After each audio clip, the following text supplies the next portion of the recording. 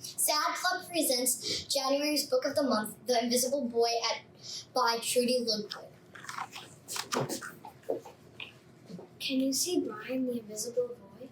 Even Miss Carlotti has trouble noticing him in her class. She's too busy dealing with Nathan and Sophie.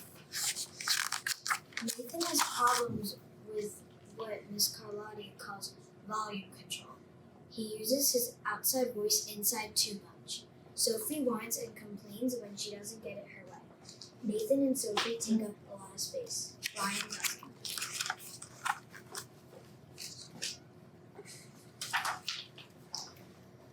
When the bell rings for recess, Mika and JT take turns choosing kids for their kickball teams. The best players get picked first, then the best friends of the best players, then the friends of the best friends. Brian is left, still waiting and hoping.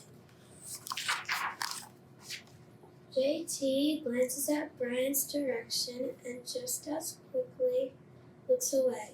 We've got enough players for each team, he tells the others. Let's play ball.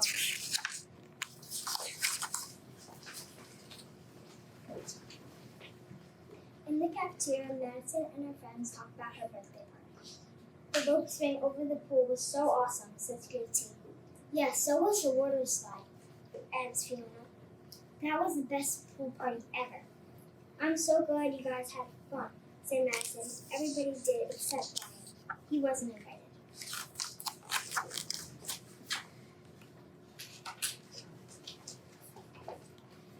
At choosing time while the other kids play board games and read, Brian sits at his table doing what he loves to do best.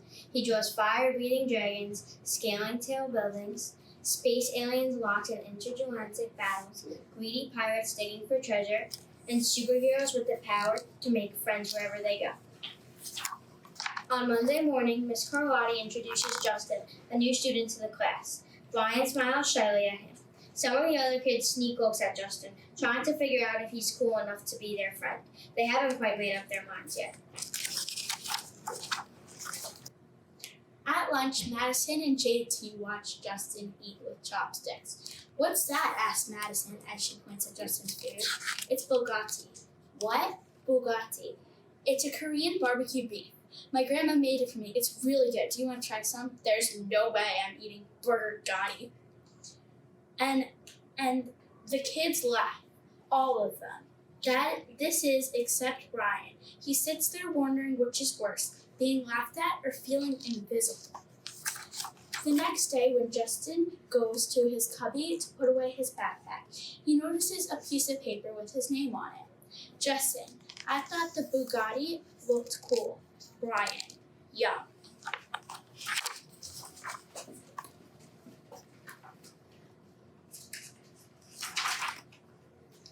At morning recess, Brian finds a piece of chalk on the ground and starts drawing away.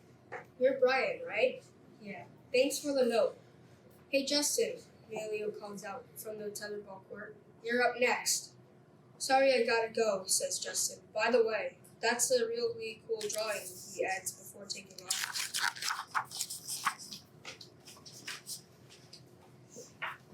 Back in class, Mrs. Carlett asks the kids to team up in twos or threes for a special project.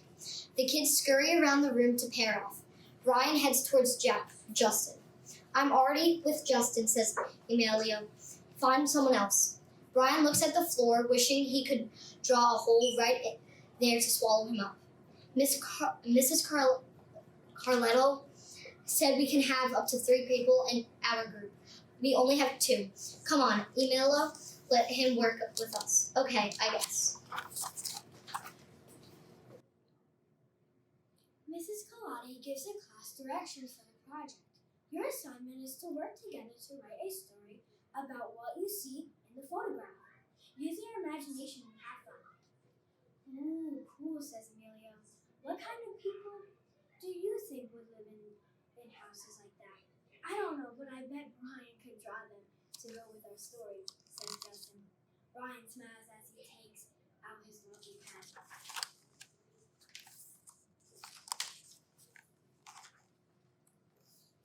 It's exploring time again. Brian's least favorite part of the day. Another 20 long minutes of kids talking with everyone else but him. Brian, he hears someone shout. Hey Brian, over here. Brian turns and sees Melissa moving at him over through the moving. Amelia nods at Brian as he moves